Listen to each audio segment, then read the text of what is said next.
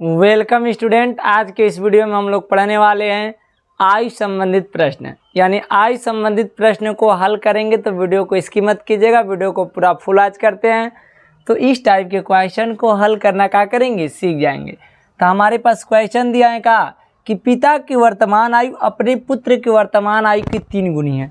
12 वर्ष पश्चात पिता की आयु अपने पुत्र की आयु की दुगुनी हो जाएगी, तो प्रत्येक की वर्तमान आयु ज्ञात कीजिए। ध्यान दीजिए इसमें कैसे हल करेंगे। इसमें सबसे पहला गलती जानते हैं क्या करते हैं हम लोग को, इसमें समझ में नहीं आता है कि पिता की उम्र को माने कि पुत्र की उम्र को माने।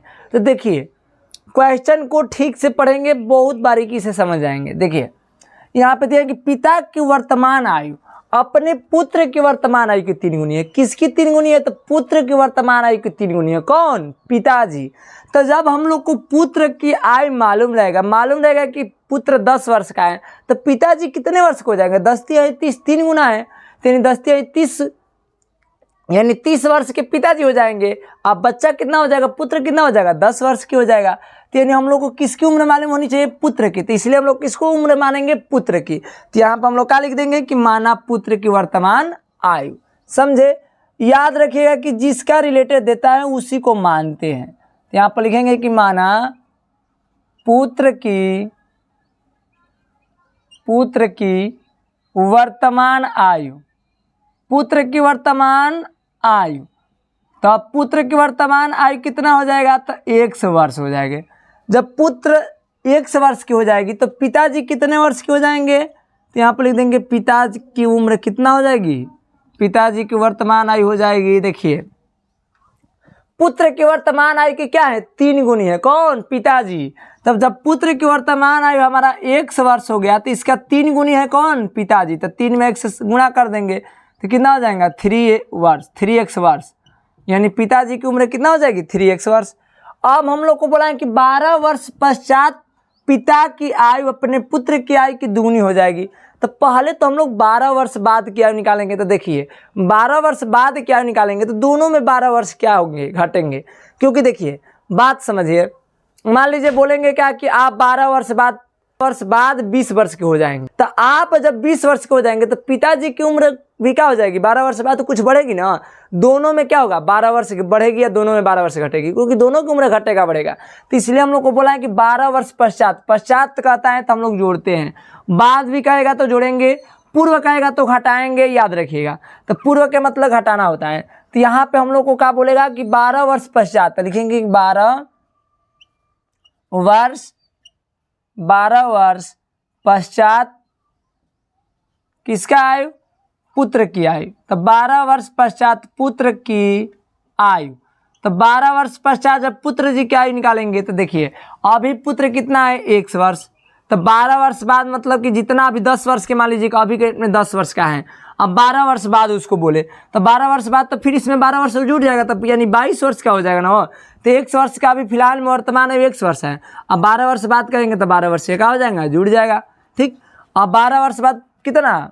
पुत्र की आयु। तो अब लिखेंगे कि 12 वर्ष पश्चात किसकी आयु मानेंगे? अब पिताजी की। 12 वर्ष पश्चात पिता की आयु, पिता की आयु। तो 12 वर्ष पश्चात पिता की आयु कितनी हो जाएगी? तो ध्यान दीजिए अभी पिताजी 3x वर्ष का है, 12 वर्ष बाद फिर इसमें 12 का हो जाएंगे, जुड़ जाएंगे। क्योंकि अभी मान लीजिए कि पिताजी होंगे कल 20 वर्ष का, तो 12 वर्ष बाद कितने हो जाएंगे? तो 12 इसमें जोड़ देंगे तो 32 वर्ष का ना हो जाएंगे पिताजी। तो मान लीजिए कि इसी प्रकार 12 वर्ष इसमें क्या कर दिए? जोड़ दिए। तो अभी 3x वर्ष का थे और 12 वर्ष बाद के मतलब 12 वर्ष जोड़ दिए। अब हम लोग को क्या बोल रहे हैं? प्रश्नानुसार। प्रश्नानुसार का मतलब कि प्रश्न के अनुसार क्या कर रहे हैं? तो देखिए पहले यहाँ पर लिख दीजिए प्रश्नानुसार। प्रश्नानुसार लिखने के बाद ध्यान से गौर कीजिएगा, हाई दोनों उम्र को हम लोग लिख दे रहे हैं यहाँ पे। किसको? ये दोनों उम्र को लिखे हैं। पहले इसको लिख लीजिए x प्लस कितना? 12, और यहाँ पे लिख लीजिए कितना? 3x प्लस कितना? 12।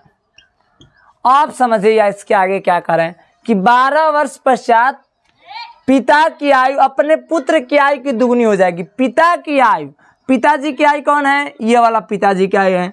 ये किसकी आयु है? पुत्र की आयु है। तो कह रहे कि पिता की आयु क्या हो जाएगी? दुगुनी हो जाएगी। पुत्र की आयु की दुगुनी हो जाएगी।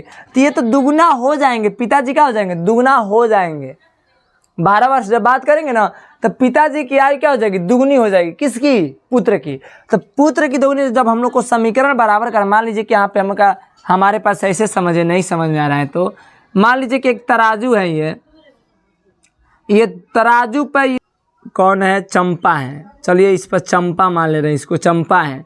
ये क्या है, चमेली है। ठीक, आप समझिए यहाँ से क्या हम समझाना चाहते हैं आपको। ठीक, मान लीजिए कि हम कहेंगे क्या कि चंपा का वजन 10 kg है। चंपा का वजन कितना kg है, 10 kg। और चमेली का वजन 20 kg है। कितना है, 20 kg। तो हम बोलेंगे क्या कि चमेली जो है चंपा की क्या है, दुगनी है। चमेली जो है चंपा की दुगनी है।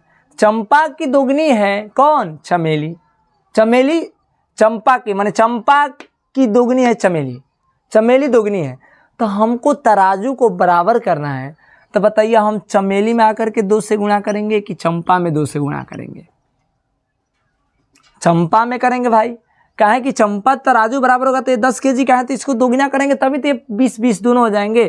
तो देखिए फिर से एक बार क्वेश्चन समझिए कि हम कहेंगे कि चंपा जो है चमेली की क्या है, नहीं, चमेली जो है चंपा की दुगनी है, माने चंपा की क्या है, चमेली दुगनी है। तो यहाँ पर चमेली जो है चंपा की दुगनी है। तो ध्यान से देखिए, पिताजी हैं पुत्र की दुगनी है, तो पिताजी हैं जो पुत्र की दुगनी है, तो पिताजी पहले आ रहे हैं, पुत्र बाद में, तो पुत्र में ना 2 से गुणा करेंगे क्योंकि हमको पुत्र की दुगनी है। इसी प्रकार हमको चमेली जो है क्या है, चमेली जो है चंपा की दुगनी है।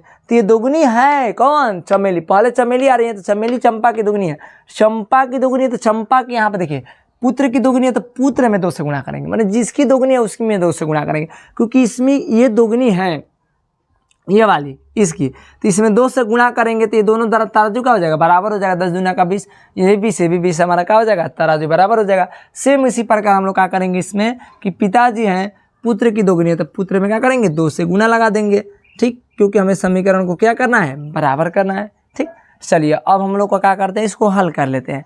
हल करेंगे तो 2 में x से गुणा करेंगे तो 2x प्लस 12 दूना कितना हो जाएगा 24 इजिकल टू 3x प्लस कितना हो जाएगा 12। अब हम लोग क्या करते हैं, आगे हल करते हैं। ध्यान दीजिएगा, इसको मिटा देते हैं, इससे आपको कोई दिक्कत नहीं है। चलिए अब यहाँ पे हम लोग को ये 3x इधर आएगा तो देखिए 2x और माइनस क्या हो जाएगा 3x इजिकल टू ये 12 है तो 12 उस तरह रहने देंगे, उधर जाएगा तो माइनस का 24 हो जाएगा। 3x में से 2x जाएगा, माइनस का x बचेगा इजिकल टू 24 में से 12 जाएगा, माइनस का 12, माइनस माइनस कैंसिल आउट हो जाएगा, x इजिकल टू 12। यानी x का मान यानी पुत्र के वर्तमान है कितना हो जाएगी 12 वर्ष। यहाँ पर लिख देंगे कि अतः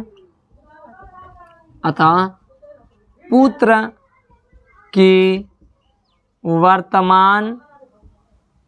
की वर्तमान आयु कितना हो जाएगा 12 वर्ष। पुत्र जब 12 वर्ष के हो जाएंगे तो पिताजी कितने हो जाएंगे, तो पिता की वर्तमान आयु क्या लिख देंगे, पिता की वर्तमान आयु। तो पिताजी कितने वर्ष के हो जाएंगे, तो देखिए अभी पिताजी कितने वर्ष के थे 3x, तो यहाँ पर लिख देंगे 3 गुणे x का मान कितना आया है 12, तो बढ़ती यहाँ कितना हो जाएंगे 36 वर्ष के क्या हो जाएंगे पिताजी हो जाएंगे, और 12 वर्ष की क्या हो जाएगी पुत्र हो जाएंगे, क्योंकि पुत्र की 3 गुना है पिताजी। तो देखिए बढ़ती यहाँ 36 3 गुना आ रहा है कि नहीं आ रहा है। तो इसी के साथ जय हिंद दोस्तों। अगर वीडियो समझ आए वीडियो को लाइक कीजिएगा, चैनल पे नए हो तो चैनल को सब्सक्राइब कीजिएगा। मिलते हैं नेक्स्ट वीडियो में। जय हिंद।